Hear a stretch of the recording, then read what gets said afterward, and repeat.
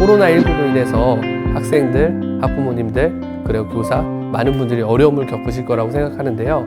학생들의 이제 미디어 사용이 늘어나면서 많은 가정에서 스마트폰이나 이런 다양한 미디어들로 인한 어려움이나 고민이 깊어지고 있는 거라고 생각이 듭니다.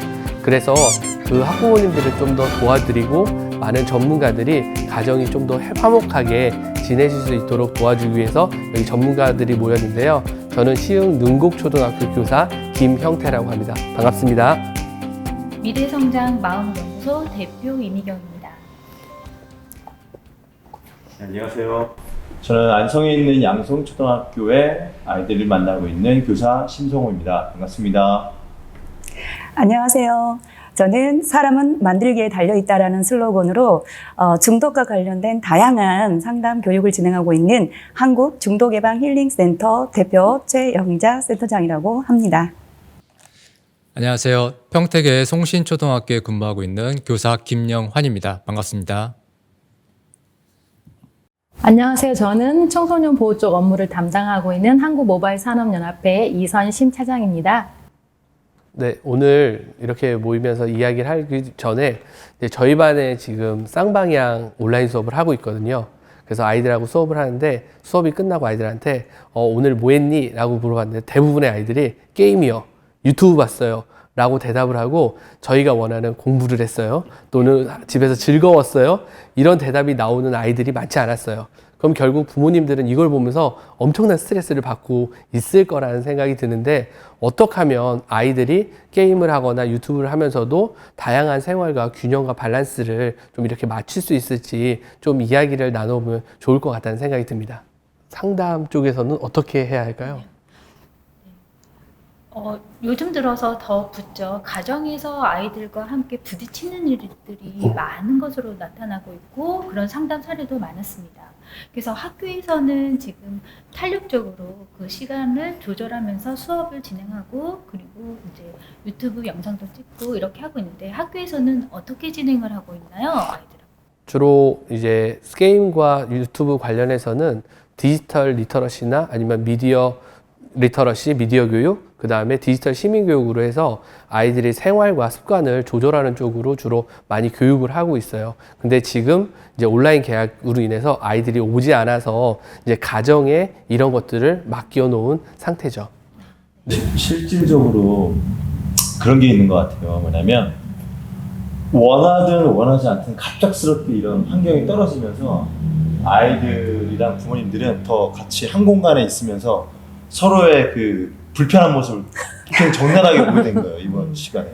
그러면서 부모님께서 내 아이가 그냥 공부하는 시간도 있고 뭘 하는 시간들도 있을 텐데, 우선 게임하는 시간이랑 유튜브 누워서 저런 꼴은 못 본다는 거죠. 꼴은 못 본다는 거고. 그러니까 그런 계속 쌓이다 보면 불만이 생기는 거고, 그러다 보니까 이번에 갑작스럽게 그냥 부딪히는 시간들 때문에 실질적으로 학교에서 그런 교육들이 좀 되어지고 나서 아이들이 건강하게 쓰는 게 아니라 그냥 갑작스러운 환경에 부모와 아이는 그 공간에서 부딪히다 보니까 결국은 이러한 어떤 그 유튜브의 문제, 선생님이 얘기하셨던 그런 뭐 게임의 문제가 더 드러나게 되고, 더 부모와 이번에 아이들이 더 사이가 더 안 좋아지는 지금 이런 상황까지 온 것 같아요. 예. 맞아요. 아무래도 자꾸 이렇게 부딪히고 또 반응들이 안 좋은 쪽으로 흘러가는 것 자체가 어떤 원인이 있을 거잖아요. 근데 그 원인들을 저희 센터에서도 많이 찾아보고 상담을 많이 하고 있는데, 결과론적으로 부모님과 자녀들의 대화가 굉장히 중요하잖아요. 근데 원활한 대화가 적절하게 이루어지지 못하고 있다, 현실은.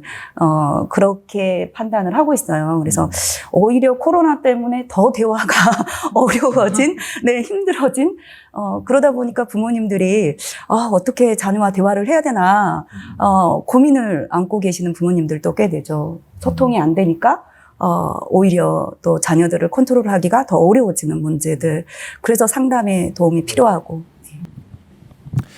예, 학교에서도 지금 아이들이 온라인 계약 이후에 자기만의 시간이 상당히 많아졌거든요. 특히 뭐 스마트폰이나 PC를 활용해서 수업을 들어야 되는 상황이라 부모님들도 그 상황 자체를 공부를 하고 있는지 아니면 아이가 그 공부 외의 활동을 하고 있는지를 구분하기가 상당히 어려운 상황이에요. 그 부분에서 아까 말씀하신 대로 부모님이 아이가 학습하지 않는다는 가정하에 아이를 바라보는 시점이 있어서 그 부분에서 마찰이 많이 생기고 있는 것 같아요. 그 부분에서 마찰이 많이 생기다 보니까 부모님은 그 아이에게 요구하는 게 공부해라. 아이는 공부한다. 예, 이 부분에 접점을 찾지 못해서 문제가 생기는 것 같습니다. 그럼 결국 아이들이 집에서 이렇게 많은 시간 동안 원하는데 공부를 원할까요? 저는 계속 이 생각이 들어요. 그러니까 아이들은 일부의 시간을 이제 게임을 하거나 유튜브를 한다고 생각을 하는데 많은 부모님이 그 잠깐의 시간도 우리 아이가 중독되면 어떡하지? 아이가 잘못되면 어떡하지? 다른 아이에 뒤처지면 어떡하지? 이런 불안감을 가지고 아이에게 다시 접근하니까 이제 서로 거기서 거부감이 좀 생기지 않나라는 생각을 해서 과연 아이가 미디어를 가정에서 빼내면 어떻게 놀 수 있고 쉴 수 있는가 그런 부분도 한번 저희가 고민을 해보면 어떨까라는 생각이 좀 들거든요. 네, 부모님의 인식이 너무 중요한 시기가 됐어요. 그러니까 과거에 부모님이 성장할 때와 지금 자녀들이 살아가는 세상은 완전 다르잖아요. 근데 부모님들은 그 생각을 못 하시죠. 나 땐 말이 알고 있잖아요. 그렇게 생각을 하시면 자녀들을 케어하기가 너무 어렵잖아요. 결과론적으로, 자녀들이 건강하게 미디어 생활을 할 수 있도록 도와주기 위해서는 지금 세대에 맞는, 지금 네이티브 세대의 우리 자녀들을 저희 부모 세대가 네이티브 세대의 눈높이에 맞춰서 자녀들과 함께 하지 않으면 결코 자녀들이 건강한 미디어 생활을 할 수가 없겠죠. 지금 시대는 우리가 겪어보지 못했던 이런 상황들을 직면하고 있습니다. 근데 학교에서는 지금 탄력적으로 시간을 40분, 1시간 수업을 합쳐서 90분 수업을 진행을 하고 있어요. 그래서 블록 시간 타임제를 쓰고 있는데요. 가정에서는 이거를 그러니까 셀프블록 타임제를 실시해야 된다고 생각을 합니다.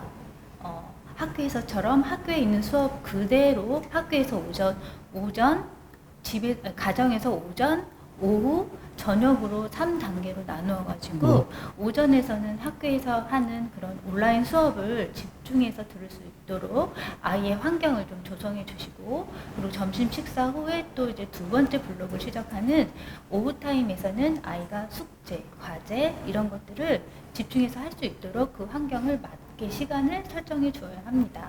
그리고 저녁 시간에는 아이가 취미생활로 할 수 있는 시간들을 책을 읽기라던가 아이가 하고 싶어하는 그런 자유로운 활동을 할 수 있도록 그 시간을 정확하게 구분 지어서 아이가 스스로 자기 스스로 할 수 있는 시간을 마련해 줘야 된다고 생각을 하거든요.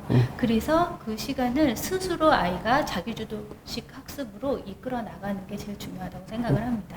그거에 대해서 어떻게 생각하세요? 네, 필요하다고 생각해요. 그러니까 아이들의 지금 생활 패턴이 무너진 이유는 평소와 다른 삶을 살게 된 시간적인 제약이 없어졌기 때문에 그걸 다시 원래대로 이제 습관화 시키는 것들에 대한 노력은 필요하다고 생각이 들고요. 사실 그런 것들이 체계화되게 되면 아이들이 생활과 학습과 휴식을 균형 있게 조절할 수 있다고 생각을 합니다. 또 다른 방법이 뭐 있을까요? 저는 이제 청소년 보호 쪽 관련해서 이제 정부에서 청소년 보호를 위해서 이제 하는 사업을 진행하고 있는데요. 사실 되게 좋은 의도로 이제 만들어서 사실 뭐 학부모님들에게 제가 교육도 하고 홍보도 하고 어떤 지식이나 이런 걸 정보를 함에 있어서 어머니들 되게 만족해 하는데 사실 학생들은 되게 싫어하고 이렇게 그런 댓글 테러를 한다든가 이런 공공의적이 되고 있어요. 근데 아무래도 가정에서 부모님들이 직접 케어를 해주시고 같이 이제 관리가 되고 하면 너무 좋은데 사실 그렇지 못하는 경우가 많기 때문에 아까 우리 이미경 대표님께서 말씀하신 대로 그런 어떤 약간은 조금은 이제 약간 반강제적인 그런 이제 뭐 어떤 방법도 동원을 해서 어떤 이런 생활 습관을 잡아주는 게 되게 필요하다고 보거든요. 그래서 저번 아마 강의를 뭐 들으신 선생님 학부모님들은 아시겠지만 이런 뭐 청소년 보호 소프트웨어를 활용해서 아이들이 스스로 이제 할 수 있도록 시간을 뭐 잡아주는 그런 습관도 좋고, 그리고 선생님께서 아까 유튜브라든가 아이들이 게임을 많이 한다고 했잖아요. 사실 유튜브 자체에 문제가 있는 건 아니잖아요. 그 안에 어떤 콘텐츠의 질, 내용 이런 것들이 좀 문제가 되는 경우도 많잖아요. 사실 수업을 하기 위해서 때로는 뭐 자료를 찾기 위해서 들어갔던 유튜브에서 원치 않는 뭐 US 사이트라든가 그런 또 안 좋은 내용을 보면서 오히려 청소년이나 학생들에게 좀 안 좋은 영향을 끼치는 것도 있기 때문에 그런 걸 좀 차단해 줄 수 있는 그런 좀 소프트웨어 도움도 받고, 부모님이 떨어져 있기 때문에 해줄 수 없는 어떤 물리적인 시간이라든 거리에 그런 좀 한계도 있기 때문에 그런 것들을 어떤 도움을 받아서 할 수 있도록 도와주는 것도 필요할 것 같습니다. 근데 무엇보다 중요한 건 강제성을 띈 다양한 것들은 사실 오래가지 못하거든요. 충분한 자녀와의 대화가 그렇죠. 네, 그거는 그렇습니다. 장기전으로 봤을 때는 가장 효과적인데, 저희들이 물리적인 어떤 그런 거 액션을 취하기 전에 저는 충분한 자녀와의 대화가 가장 핵심이라고 생각을 하거든요. 그런데 방금 우리 선생님께서도 그런 말씀 하셨잖아요. 우리 부모님이 우리가 봤을 때는 꼭 이상한 유튜브 보고 있는 것 같고 또 게임하고 있는 것 같고 하지만 그게 아닐 수 있는 자녀들인 거죠, 세대가. 제가 사례로 모 초등학교에서 3학년 아이들을 대상으로 집단 프로그램을 어떤 걸 해봤냐면, 우리가 미디어 세상에서 할 수 있는 게 뭐가 있을까를 모둠 활동을 해봤어요. 그렇다면 저희들은 어떠세요? 우리 선생님 많이 사용하시나요? 몇 가지 정도 사용하실까요? 저 같은 경우는 그 소셜 미디어를 그렇게 적극적으로 사용하지 않거든요. 특히 게임이나 이런 부분도 사용을 많이 안 하고 주로 뭐 인터넷 뉴스 그리고 영상을 잠깐 보고요. 제가 관련된 커뮤니티만 이게 검색하는 정도, 그 정도입니다. 네, 제가 부모님들 연수를 하면서 똑같은 질문을 부모님들께 많이 해봤어요. 그랬더니 보통 많은 부모님들이 10가지 미만으로 쓰세요. 보통 저희들은 10가지 사용하시는 분도요, 굉장히 많이 사용하고 계시는 거예요. 그런데 우리 아이들 4명의 한모동으로 모둠 활동을 했을 때 몇 가지나 미디어 생활에서 할 수 있다라고 했을까요? 네. 50가지는 아니고 47가지 평균 그 정도를 찾아내는 거예요. 그런 초등학교 아이들입니다. 네. 초등학교 3학년 아이들이에요. 그런 우리 네이티브 세대의 아이들이 저희들의 눈높이로 봤을 때 유튜브 좀 이상한 거 보고 있지, 이런 시선으로 자녀들을 다가가면 절대 대화가 안 통하고 소통이 안 되겠죠. 저희들이 미디어가 어떤 세상이고 그 미디어에서 할 수 있는 게 무엇이 있는지를 저희가 먼저는 알고 배우고 익혀야 자녀들을 적절하게 건강하게 케어할 수 있다라는, 항상 저는 그런 생각을 가지고 있거든요. 그래서 부모님들이 우리가 게임을 하면 어떤 게임을 하는지 알아야 자녀들을 케어할 수 있잖아요. 그냥 막 게임하고 있으니까 하지 마, 그만 좀 해, 이게 아니라는 거죠, 그 세대가. 저는 부모님의 불안감과 우리나라에서 지금 미디어 가지고 다투는 거는 거의 그런 것 같아요. 부모님의 불안함과 네. 아이의 문화생활. 맞습니다. 이 두 가지가 상충돼요. 이거를 좀 더 아이는 하고 싶은데, 난 문화생활을 내가 즐기고 싶은데 나는 그거를 하는 것인데 부모님이 봤을 땐 불안하거든요. 얘가 이러다가 학습을 놓치지 않을까. 그 불안감 때문에. 근데 그래서 아까 말씀하신 것처럼 유튜브를 가지고, 예를 들면 유튜브는 그냥 말 그대로 도구잖아요. 어떤 검색어를 치고 어떤 영상을 보느냐는 아이가 선택을 하는 건데, 예를 들어서 얘가 지금 코로나 상황에서 많이 못 나가니까 어떤 뭐 세계 여러 나라의 뭐 거리를 만약에 본다, 뭐 아니면은 어떤 새로운 곳에 뭐 여행을 얘가 좋아하는 아이가 그런 걸 본다라고 했었을 때는, 이건 하나의 진짜 말 그대로 요즘에 유행하는 뭐 런센, 네. 랜선, 네. 뭐 이런 게 될 수도 있는 거고, 또 다른 공간으로 확장을 해볼 수도 있는 거이지만, 근데 이 아이가 또 만약에 뭐 이 유튜브를 가지고도 또 다른 걸 검색할 수 있게 해서, 그런 식으로 아이들이 어떤 콘텐츠를 보고 하는지에 대한 부모님이 관심을 좀 더 봐서 아이가 이것을 문화적으로 쓴다고 했을 때, 그리고 부모님의 불안감이면 이걸 어떻게 어느 정도 접점을 맞춰주느냐가 되게 중요할 거라고 봐요. 그리고 그렇게 근데 할 때 제일 중요한 그 맞출 때, 저도 선생님께 좀 여쭤보고 싶은 거는, 그 맞출 때 어떻게 좀 더 대화를 하거나 어떻게 좀 더 접근하면 아이가 기분이 덜 상하고, 부모는 그거를 너무 그렇게 의도적으로 접근하면 아이들도 다가올 때 딱 우리 엄마 왜 이러지? 우리 아빠 왜 이러지? 이렇게 하면 또 우리 거부감이 네. 드니까 그때 좀 더 거부감이 안 들게 접근해 볼 수 있는 방법들 혹시 있으시면 그것도 한번 물어보고 싶거든요. 그러니까 제 부모님한테 좀 더 가까이 들어가 보면 좋을 것 같아요. 그러니까 저희가 이제 아이를 키우잖아요. 그래서 컸을 수도 있고 저희 집에도 지금 3학년짜리가 어린이가 있는데 그 아이하고 게임 때문에 계속 마찰을 겪어요. 근데 얘를 어떻게 지도하면 좋을까 늘 고민했어요. 그러다가 이걸 생각해 본 것 같아요.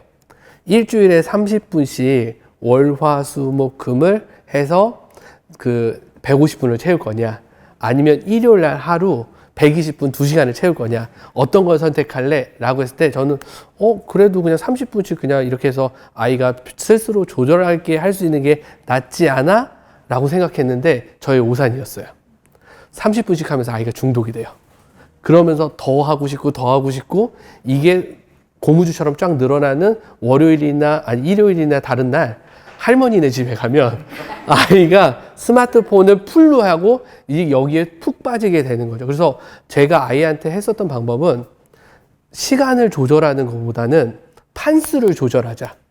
그래서 몇 판에 얼마까지 적절한 네가 할 수 있는 양을 제한하는 거예요. 우리가 그러니까 게임의 그 프레임을 좀 알 필요가 있는데 그 판수로 조정하면 아이가 업그레이드를 하거나 뭔가 필요한 판을 깨야 되는데 시간으로 하게 되면 중간에 끊겨요. 그러면 다음에 처음부터 다시 해야 돼요. 그러니까 아이는 그 부분에서 엄청 화가 나는 거예요. 그래서 이런 식으로 저희가 조금 더 게임에 대해서 잘 이해하고 접근해야 되지 않을까라는 생각이 들고 아마 부모님께서는 정말 필살기를 원하실 것 같아요. 대화법이라든가 아까 선생님 말씀하신 것처럼 어떻게 해야 부모님이 안 이상하게 아이의 이런 이야기들을 들을 수 있지? 그렇게 해서 좀 딱 이건 내가 집에서 해봐야지 라는 것들을 좀 말씀해 주시면 좋을 것 같아요. 상담을 진행하면서 어머니들께서도 많이 이제 질문하고 이야기를 하는데요. 아이들이 게임을 하고 있는 도중에 시간 다 됐어. 2시간만 하기로 했잖아. 그러면 2시간이 지났어. 엄마 말을 안 듣네.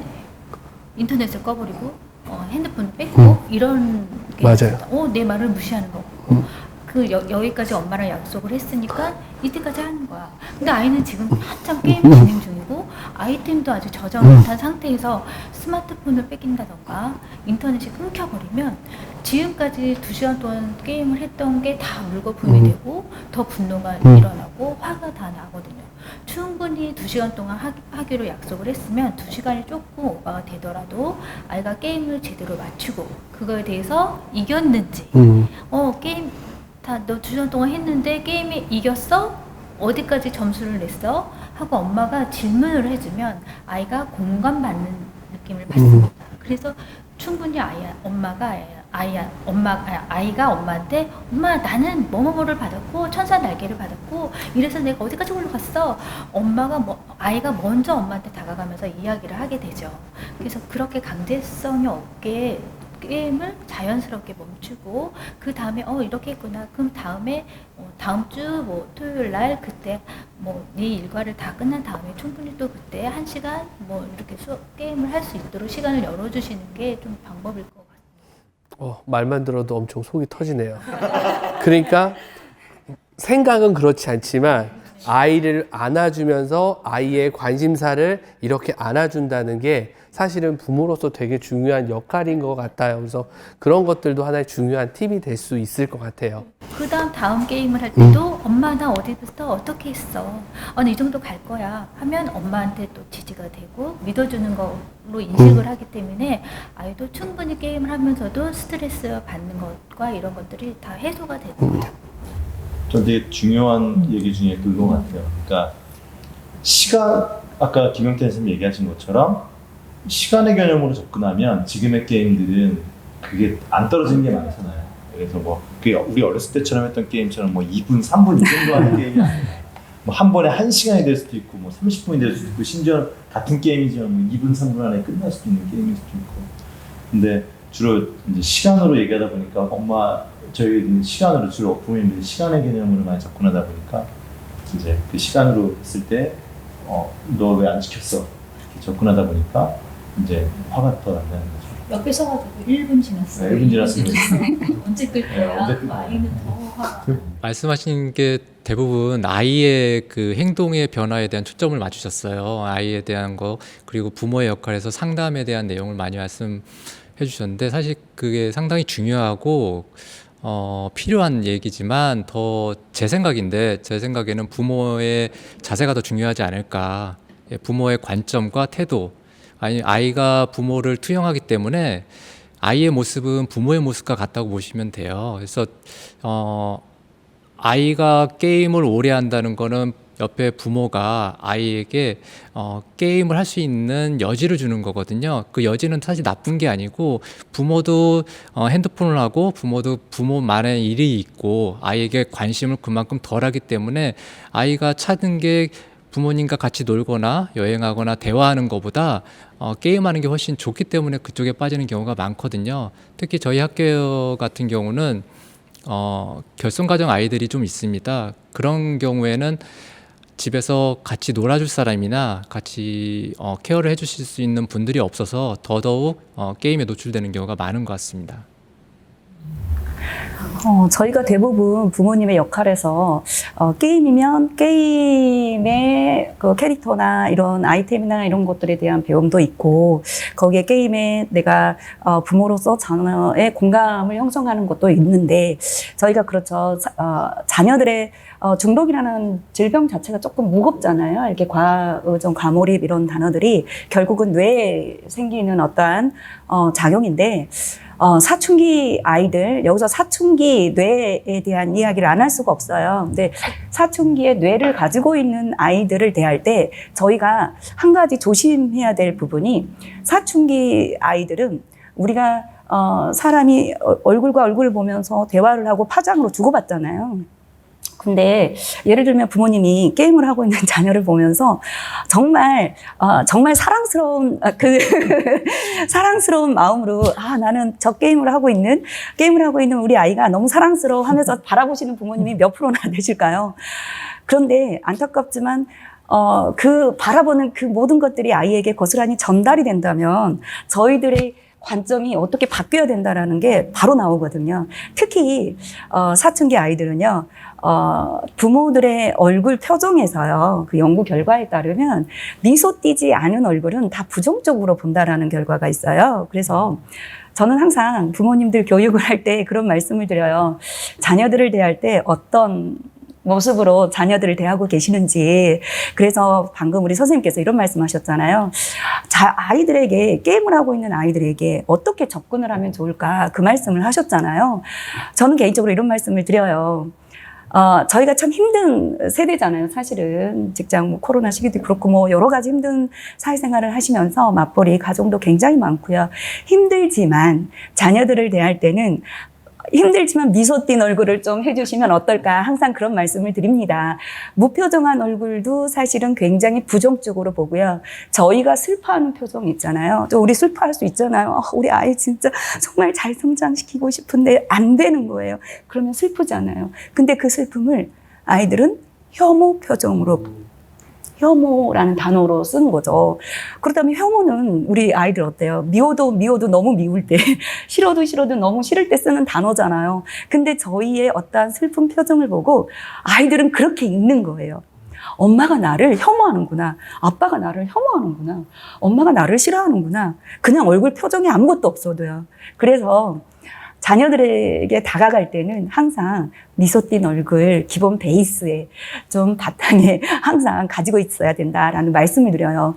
그러다 보니까 사례로 저희 집에는 거울이 굉장히 많아요. 거울이. 네, 그 거울이 왜 있냐면 저도 자녀들을 키우다 보니까 제가 저를 점검하려고 거울을 항상 많이 뒀어요. 그러다 보니까 저희 아이 친구들이 집에 와서는 아니 너네는 거울 사업 하냐고 그 정도로 거울이 많은데 그 이유가 제 얼굴을 점검하기 위함인데 항상 말씀을 드리고 싶은 게 그거거든요. 저희 상담사들도 항상 그렇잖아요. 미소 띈 얼굴로 상담도 하고 선생님들도 굉장히 힘들지만 아이들에게 미소 띈 얼굴로 다가가고 그렇잖아요. 이와 같이 부모님들 역할 속에서도 자녀를 바라보는 볼 때 사랑의 감정과 더불어서 미소 띈 얼굴의 노력이 자녀들로 하여금 조금 더 마음을 열 수 있고 또 부모님과 공감대를 형성하기에 좀 더 도움이 되지 않을까라는 생각을 해봅니다. 네. 그러니까 억지로.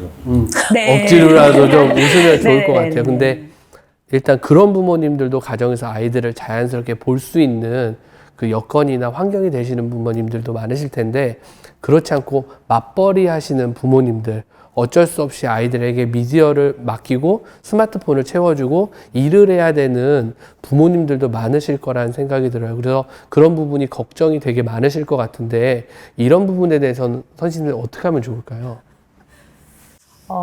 저는 되게 그런 부분에 있어서 항상 좀 아무래도 직접 부모님이 이제 개입을 하거나 할 수 있는 부분들은 없다 보니까 계속 제 소프트웨어적인 부분들을 말씀드릴 수밖에 없는 상황이거든요. 그럼 말씀해 주시면 네. 활용하실 수 있을 것 그런 같아서. 방법들을 그러면 제가 한번 설명을 드릴게요. 저희 이제 정부에서는 사실 저희가 콘텐츠를 뭐 게임이라든가 이런 것도 뭐 폭력적인 게임, 또 뭐 사행성적인 게임, 유튜브도 아마 음란물 이런 것도 많고 요즘 N번방 사건 등등 또 SNS를 통해서 또 대화를 할 때 의도치 않게 또 어떤 사회적인 문제를 야기하는 경우들도 많잖아요. 사실 근데 그거를 직접 부모님이 들어가서 활용해 보지 않은 이상은 어려운 부분들이 있다 보니까 사실 그런 거를 좀 기술적으로 좀 잡아주고 좀 사전에 차단해주고 하는 그런 소프트웨어들이 있습니다. 이거는 이제 정부에서 보급하는 방송통신위원회에서 제공하는 사이버 안심존 앱이고요. 그래서 그 시간 관리, 아까 말했다시피 어떤 게임을 할 때도 뭐 몇 시부터 몇 시까지 끊는 게 아니고 전체적인 어떤 막 판 게임이라고 하죠. 어떤 일정 시간을 주면서 그 시간을 할 수 있도록 그런 기능과 더불어 또 특정 뭐 유해 사이트 같은 거 좀 차단해주는 기능, 그리고 요즘 또 스마트폰을 보면서 막 걸어가거나 하면서 어떤 생활의 안전사고가 많이 발생하잖아요. 그런 것도 좀 도와주고 계속 각성을 시켜주는 그런 기능. 그리고 N번방이라고 해서 뭐 랜덤 채팅이라고 혹시 우리 학부모님들은 들어보셨겠죠? 그러면서 좀 워낙 사회적인 많은 그런 문제들이 생기잖아요. 그럴 경우에 어떤 익명의 모르는 사람과, 물론 이제 카톡이나 이런 거는 좀 아는 사람끼리 많이 대화를 하잖아요. 근데 익명의 사람들과 대화를 하다가 어떤 불법 파일을 보내서 그 악성 코드를 심거나 아니면 카메라를 켜서 뭐 나의 뭐 신체 일부를 뭐 찍게 하거나 할 때 그런 것을 차단해주는 기능이 같이 들어 있습니다. 그래서 그런 좀 앱을 활용해서 아마 자녀들을 좀 스마트폰에 좀 설치를 해줘서 이용할 수 있도록 해주면 좋고요. 근데 사실 그거는 부모님의 욕심도 있죠. 아, 이걸 해주면 뭔가 안정장치가 된 것 같아. 그래서 다 이제 아무것도 손 안 대도 얘가 알아서 해줄 거야. 라고만 생각하시면 안 되고요. 아까 우리 그 센터장님께서 말씀하신 것처럼 이게 왜 필요한지 또 아이에게 또 설명도 해주고 필요성의 설명도 해주고 같이 활용을 해보면서 자녀가 충분히 스스로 잘 할 수 있으면 어떤 시간적인 관리라든가 이런 거 잘 되면 또 풀어주기도 하고 그렇게 쓸 수 있도록 도와주면 좋겠고요. 그리고 정부에서는 그 청소년 유해 정보 차단 차단할 수 있도록 법을 만들었어요. 2015년부터 법이 시행이 돼서 아마 그 통신사 대리점에 가셔서 앱을 이렇게 뭔가 스마트폰을 이제 개통하려고 하면 청소년 명의의 이제 스마트폰 같은 경우에는 그러니까 이통사로부터 무료로 이런 소프트웨어를 어떤 제공받을 수 있습니다. 그런데 이제 아마 그 스마트폰 한번 개통하려고 하면 거의 1시간 정도 걸리잖아요. 이것저것 뭐 하다 보니까 좀 그거에 대한 설명이 조금은 미흡할 때도 있어요. 하지만 이 내용을 알고 계셨다가 또 이통사에서 주는 그런 이제 도움도 받으시고, 근데 아마 기본적인 기능만 있기 때문에 좀 더 부가적인 기능을 만약에 필요하시면 아마 유료로 뭐 서비스를 써야 될 경우도 있을 거예요. 근데 정부에서 주는 이 사이버 안심존 앱 같은 경우는 무료로 전 국민에게 쓸 수 있도록 도와주기 때문에 활용을 하시면 좋을 것 같고, 또 지금은 이제 가정에서뿐만 아니라 또 학교에서, 지금은 약간 코로나 시대다 보니까 좀 다를 수는 있잖아요. 아이들이 학교를 못 가는 경우도 있지만 때로는 이제 학교에서도 학생들을 같이 지도할 수 있도록 그런 이제 학교, 가정, 이제 학생이 어떤 이렇게 삼박자가 이제 하나로 돼서 학생을 지도 관리할 수 있는 그런 이제 프로그램도 같이 운영을 하고 있거든요. 그렇게 그런 이제 프로그램도 활용을 해보시고 이용을 해보시면 좋을 것 같습니다. 네. 이제 마지막으로 부모님께 피가 되고 살이 되는 한 가지 팁을 좀 드리면 좋을 것 같아요. 스마트폰 과몰입이나 아니면 그 유튜브에 빠진 아이들을 하고 좀 자기가 안정적으로 조절하면서 사용할 수 있게 어떻게 한 노하우, 가지고 있는 노하우를 한 가지씩 말씀드리면 좋을 것 같고요. 저는 스마트폰 게임을 하고 아이들 스마트폰에서 건져올 때는 단호하셨으면 좋겠어요. 그리고 이거 재고 이거 아니라 원칙에 따라서 단호했으면 좋겠고요. 그때 부모님이 스마트폰을 어떻게 사용하고 있는지 한번 되돌아보시면 아이들하고 좀 더 스마트폰을 가까이 또는 스마트폰으로 문제가 일어나는 걸 방지할 수 있지 않을까라고 생각을 합니다. 다들 자녀를 키우고 있고 저도 자녀를 키워봤는데요.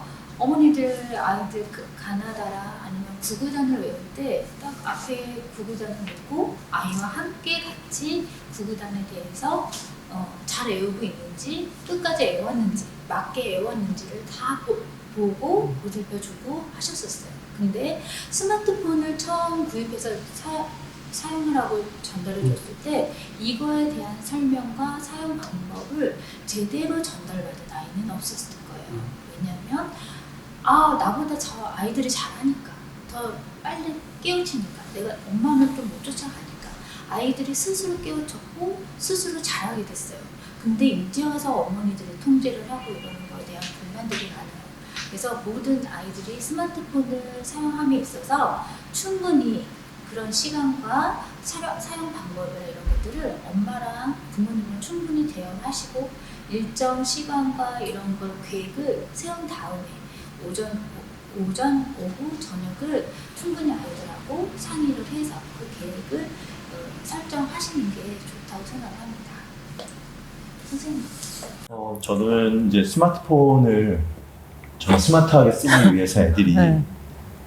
애들만의 고민이 아니라 부모님들이랑 같이 늘 만약에 사준다고 하면 솔직히 사주는 순간부터 이제 부모님들과 아들과의 전쟁은 전쟁이라는 표현이 좀 그런데 이제부터 시작인데 네. 그때부터 시작일 텐데 그 전에 충분한 협의를 하고 준비가 되었을 때 사주면 어떨까 싶어요. 그냥 기기를 던져주면 이제 그때부터는 부모님의 역할도 스마트폰이 하게 되고요. 친구 역할도 하게 되고 심지어는 모든 게 돼버릴 수도 있어요. 부모님이 와도 부모님이 역할을 대신 또 얘가 더 해줄 수도 있고. 그렇기 때문에 그 전에 충분히 부모님과 아이의 대화를 통해서 스마트폰을 잘 스마트하게 사용하기 위한 방법에 대해서 논의가 되고 협의가 되었을 때 사줘도 아마 좀 문제가 될 수 있겠지만 그런 충분한 논의가 있고 나서 그 다음에 마음의 준비를 단단히 하시고 그 다음에 사주시면 좋겠다. 저는 먼저 요걸 먼저 얘기드리고 싶습니다. 저는 부모님과 자녀들의 세대가 분명 다름을 인정한 이후에 저희가 그렇다면 다름을 어떻게 공감할 것인가를 늘 고민을 해야 되지 않을까라는 생각을 해봅니다.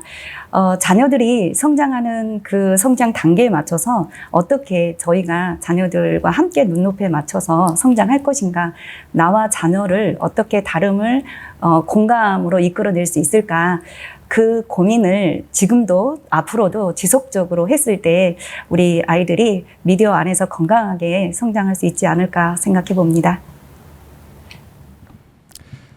네, 아이의 스마트폰 사용은 그 아이만의 문제라고 생각하지 마시고요. 부모님, 온 가족이 같이 스마트폰 사용에 관련된 약속을 하고 스마트폰이나 인터넷을 사용하지 않는 환경에 대한 활동을 같이 가족끼리 활동을 계획하고 실천하면 좋을 것 같습니다. 예를 들어서 오늘은 스마트폰 사용하지 않는 날 하면 아빠, 엄마, 아이 모두 스마트폰을 사용하지 않고 다른 활동을 같이 고민하는 활동, 뭐 고민이라고 하긴 그렇지만 아무것도 안 해도 좋지만 온라인에서 나와서 오프라인에서 할 수 있는 걸 아이들한테 찾을 수 있는 기회나 시간을 주는 게 중요하다고 생각을 합니다. 그건 아이 혼자만의 일이 아니고 부모님과 같이 해야 된다고 저는 생각을 합니다.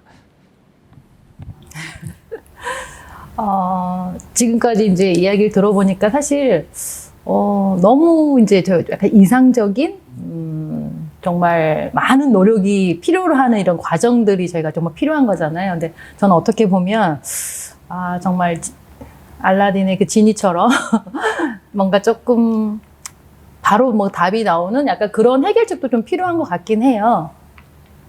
가정에서 긴 시간 동안 서로 대화하고 이런 것들도 너무 정말 중요하죠. 가장 기본은 그게 필요하다고 합니다. 생각합니다. 예방적인 차원에서.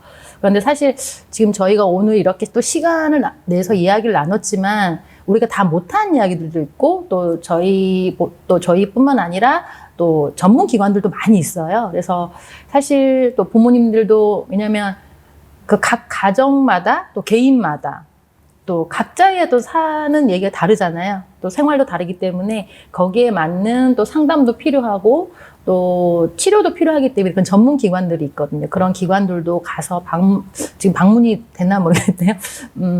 뭐 비대면이든지 그런 식의 어떤 기관들, 전문 기관의 도움도 받아서 또 우리의 어떤 상황? 가정의 상황? 이런 것도 좀 체크도 해보고 그렇게 하는 과정들이 좀 필요할 것 같습니다. 그래서 보면은 뭐 스마트 심센터라든가 뭐 그 교육청에서 하는 뭐 위센터 그리고 청소년 상담복지 뭐 개발원이라든가 또 관련 기관들이 많이 있어요. 그래서 뭐 주변에 또 근처에 기관들도 활용해 보시고 아니면 접근성이 좀 떨어지잖아요. 그럴 경우는 또 이제 민간에서 하는 또 기관들도 있으니까 그런 것들을 활용을 해서 찾아보면 많은 정보들이 있기 때문에 그렇게 좀 활용을 해도 좋을 것 같습니다. 네. 아이들이 스마트폰이나 미디어, 그 다음에 게임이나 유튜브에 중독돼서 많은 고민을 하고 있을 거라고 생각하는데요. 오늘 이런 많은 이야기를 통해서 부모님들이 조금 더 경험이나 지혜를 얻으셔서 아이들과 좀 더 나은 미디어 생활을 하셨으면 좋겠습니다. 네, 감사합니다.